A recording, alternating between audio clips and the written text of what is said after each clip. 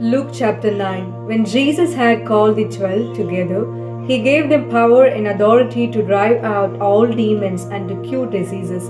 And he sent them out to proclaim the kingdom of God and to heal the sick. He told them, "Take nothing for the journey, no staff, no bag, no bread, no money, no extra shirt. Whatever house you enter, stay there until you leave that town. If people do not welcome you, leave the town and shake the dust off your feet as a testimony against them." So they sent out and went from village to village, proclaiming the good news and healing people everywhere. Now Herod the Tetrarch heard about all that was going on, and he was perplexed because some were saying that John had been raised from the dead, others that Elijah had appeared, and still others that one of the prophets of long ago had come back to life. But Herod said, "I beheaded John. Who then is this I hear such things about?" And he tried to say him. When the apostles returned, they reported to Jesus what they had done.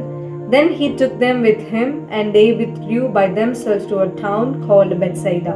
But the crowds learned about it and followed him. He welcomed them and spoke to them about the kingdom of God and healed those who needed healing. Late in the afternoon, the 12 came to him and said, "Send the crowd away so they can go to the surrounding villages and countryside and find food and lodging because we are in a remote place here." He replied, "You give them something to eat." They answered, "We have only 5 loaves of bread and 2 fish. Unless we go and buy food for all this crowd." About 5,000 men were there. But he said to his disciples, "Have them sit down in groups of about 50 each." The disciples did so, and everyone sat down. Taking the 5 loaves and the 2 fish, and looking up to heaven, he gave thanks and broke them. Then he gave them to the disciples to distribute to the people. They all ate and were satisfied, and the disciples picked up 12 basketfuls of broken pieces that were left over. Once when Jesus was praying in private and his disciples were with him, he asked them, "Who do the crowd say I am?" They replied, "Some say John the Baptist, others say Elijah, and still others that one of the prophets of long ago has come back to life." "But what about you?" he asked. "Who do you say I am?" Peter answered, "God's Messiah." Jesus strictly warned them not to tell this to anyone. And he said, "The Son of Man must suffer many things and be rejected by the elders, the chief priests, and the teachers of the law. And he must be killed, and on the 3rd day be raised to life." Then he said to them all, "Whoever wants to be my disciple must deny themselves and take up their cross daily and follow me. For whoever wants to save their life will lose it, but whoever loses their life for me will save it. What good is it for someone to gain the whole world and yet lose or forfeit their very self? Whoever is ashamed of me and my words, the Son of Man will be ashamed of them when he comes in his glory and in the glory of the Father and of the holy angels. Truly I tell you, some who are standing here will not taste death before they see the kingdom of God." About 8 days after Jesus said this, he took Peter, John, and James with him and went up onto a mountain to pray. As he was praying, the appearance of his face changed and his clothes became as bright as a flash of lightning. 2 men, Moses and Elijah, appeared in glorious splendor, talking with Jesus. They spoke about his departure, which he was about to bring to fulfillment at Jerusalem. Peter and his companions were very sleepy, but when they became fully awake, they saw his glory and the 2 men standing with him. As the men were leaving Jesus, Peter said to him, "Master, it is good for us to be here. Let us put up 3 shelters, one for you, one for Moses, and one for Elijah." He did not know what he was saying. While he was speaking, a cloud appeared and covered them, and they were afraid as they entered the cloud. A voice came from the cloud saying, "This is my son, whom I have chosen. Listen to him." When the voice had spoken, they found that Jesus was alone. The disciples kept this to themselves and did not tell anyone at that time when they had seen. The next day, when they came down from the mountain, a large crowd met him. A man in the crowd called out, Teacher, I beg you to look at my son, for he is my only child. A spirit seizes him and he suddenly screams.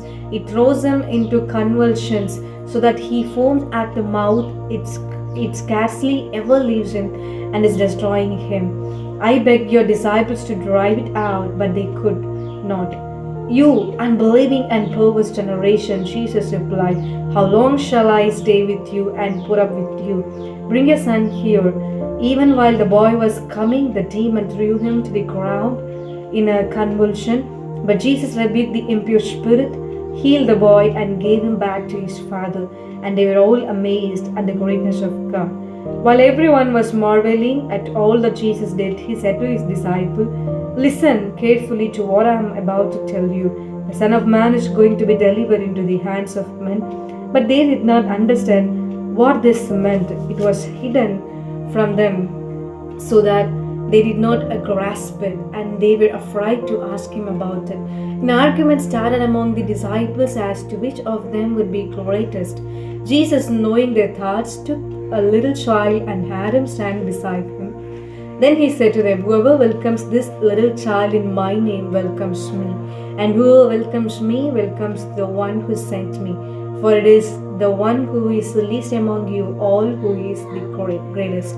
Master, said John, we saw someone driving out demons in your name, and we tried to stop him because he is not one of us. Do not stop him, Jesus said, for whoever is not against you is for you.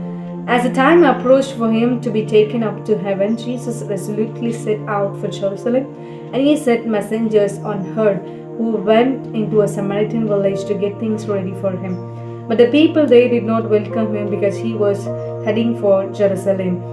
When the disciples James and John saw this, they asked, Lord, do you want us to call fire down from heaven to destroy them? But Jesus turned and rebuked them. Then he and his disciples went to another village. As they were walking along the road, a man said to him, I will follow you wherever you go.